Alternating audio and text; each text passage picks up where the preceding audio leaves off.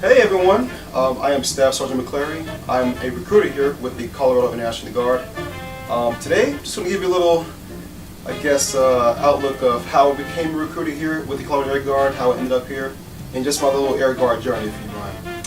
So, I started out in the Florida Air National Guard back in 2012. I enlisted there. I was an F-15 crew chief, and I became a crew chief because, I've always had an interest in aviation. I love planes. And I got into the Florida Guard because, quite frankly, I was running out of money for school. Of course, there's a loud jet behind us, little baby bird, F-16. But anyway, I joined the Florida Air National Guard because I was running out of money for school, and I was an engineering major at the time. I had a wife. I still have my wife. I'm sorry. I was married with one kid, and I had my wife, and I was running track, and I was in Air Force ROTC with the hopes of possibly commission. Well, it didn't pan out that way. So I didn't commission. Air Force and they were running out of money at the time, and I was running out of money for school, so I had to figure out a way to still stay in the military. And I had a passion for the Air Force at the time. I was like, you know what, I want to do this Air Force thing, but I also want to be in school full time. So lo and behold, I joined the Florida Air National Guard via a cadet there, who was really awesome to help me out with getting me in contact with the recruiter. So after joining the Florida Air National Guard, I became an F-15 crew chief. I signed up for that back in August 30th of 2012. So it hasn't been that long that I've been in the service. So after signing up to be a crew chief, of course you do your basic military training, you have technical training. I came back, and after completing all that training, I was doing my on-the-job training. So I came back to the unit, and by the way, I am not from Jacksonville, Florida, where the actual unit is. I was based in Fort Lauderdale, Florida. If many of you guys are familiar with the state of Florida, it's like a 5-hour drive every month. So I was drilling once a month for, driving up 5 hours, after work, and it was a handful, but it was one of those things I had said that I wanted to do because, again, I ran out of money for school, but I wanted to figure out a way to still be in the military, serve, and also figure out a way to pay for school. So with that being said, I drilled once a month, driving 5 hours once a month, and I made it happen until I got to the point my wife and I were talking, like, you know what, this 5-hour drive is getting old. So after doing that, we figured out a way to possibly move, and that's what we did. So we just moved up there cold turkey. Didn't know anyone up there besides my military members in my new unit, and I did that. And it was a risky move, but I'm glad we actually took that risk and made that leap of faith. So after moving up there, I was still what's known as a traditional guardsman, or a DSG, which is a drill status guardsman. I was doing that 1 week in a month thing, 2 weeks out of the year as a part-timer. I was still going to school up there, and cool thing is, the Florida Air National Guard helped me pay for my school. So, after being a traditional guardsman in Jacksonville for a couple years, I wanted to challenge myself after getting my degree, paid for from the Florida Air National Guard, and I applied to a position to be an F-15 crew chief, but on the alert side of the house. So, alright, so I have here just a little memorabilia for me personally of my prior career in the Air National Guard as an F-15 crew chief. So this is my baby right here. Honestly, it was like a love-hate relationship a lot of the times because she leaked a lot, but gosh, did she get the job done. I mean, without fail, every time. If you guys don't know, the F-15 is the only fighter aircraft in the U.S. arsenal that has an undefeated record. So keep that in mind. I work on the baddest jets. It's proven. So it's one of those things when you're working on an aircraft and you have that pilot's life in your hands, and the Air Force and the Air National Guard entrust you with millions of dollars of equipment, it's a really big responsibility. It meant a lot to me personally. It can be stressful at times because it was such a big responsibility, but it's one of those things I took it to heart. I had a lot of pride in my job. So when you're a crew chief or you work in any type of any facet of aircraft maintenance, you have to sign off on the job that you actually accomplish. So anytime I put my hands on a jet, or I had my guys who I was working with, we put our hands on a jet and we got the job done. We turned wrenches. It was our seal of approval that that pilot was able to trust us in regards to taking that jet up in the air, knowing to come back down safely and still accomplish the mission while he's up there. So again, this is just some memorabilia for me. I was with the 125th Fighter Wing, based in Florida, and then obviously being in the fighter mission, we're under the Air Combat Command. So this is one of the patches I got there, and this is one of my favorite patches because this was actually on my work uniform when I was down at the Det 1 Alert Detachment in Homestead, Florida.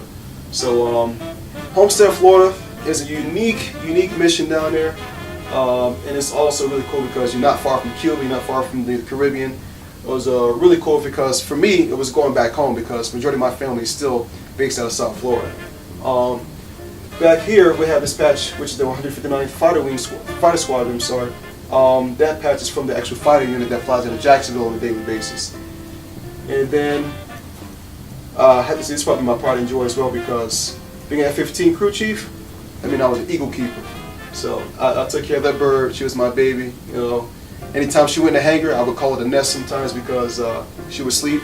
We would work on it until it was time to get it back up in the air. So, and then I just have my PPE, you know, or hearing protection, and this reflective belt here. That was just one of those things that you have to wear on a daily basis to get the job done because the jets are loud. So, I mean, but nothing wrong with sound freedom, right? All right, I think that's the. So, in transition, coming to the Colorado National Guard, I got the opportunity to come here to be a recruiter.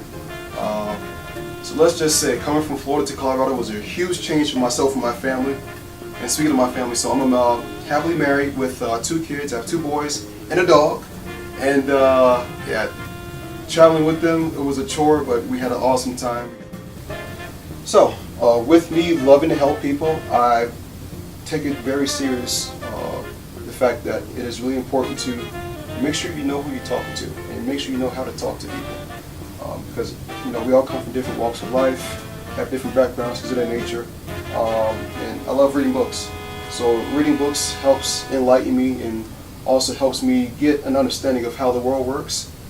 Because most of the information that's hidden out there that you should know is probably hidden in the book anyway. But so I have some of my favorite books here. Emotional Intelligence. Another one that's really cool. No Excuses. I think that's really important because a lot of us, it's so easy for us to make excuses in regards to why we're not achieving our goals, why we're not pushing ourselves. Don't get me wrong, I understand, you know, no one's life is perfect, and there's always going to be some type of circumstance that hinders us. But, you know, at the end of the day, if you want it bad enough, you'll find a way to make it happen, right?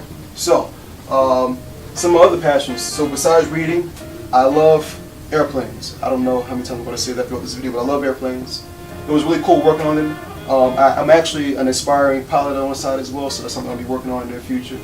And then I love race cars. So if you can't tell, I have race cars and motorcycles along my window here because I really do love anything that goes fast. Whether it has wheels or wings, I'm pretty sure you're going to find me at one of those events. So yeah, big fan of race cars. I've been going to races with my dad ever since I was probably 10 years old.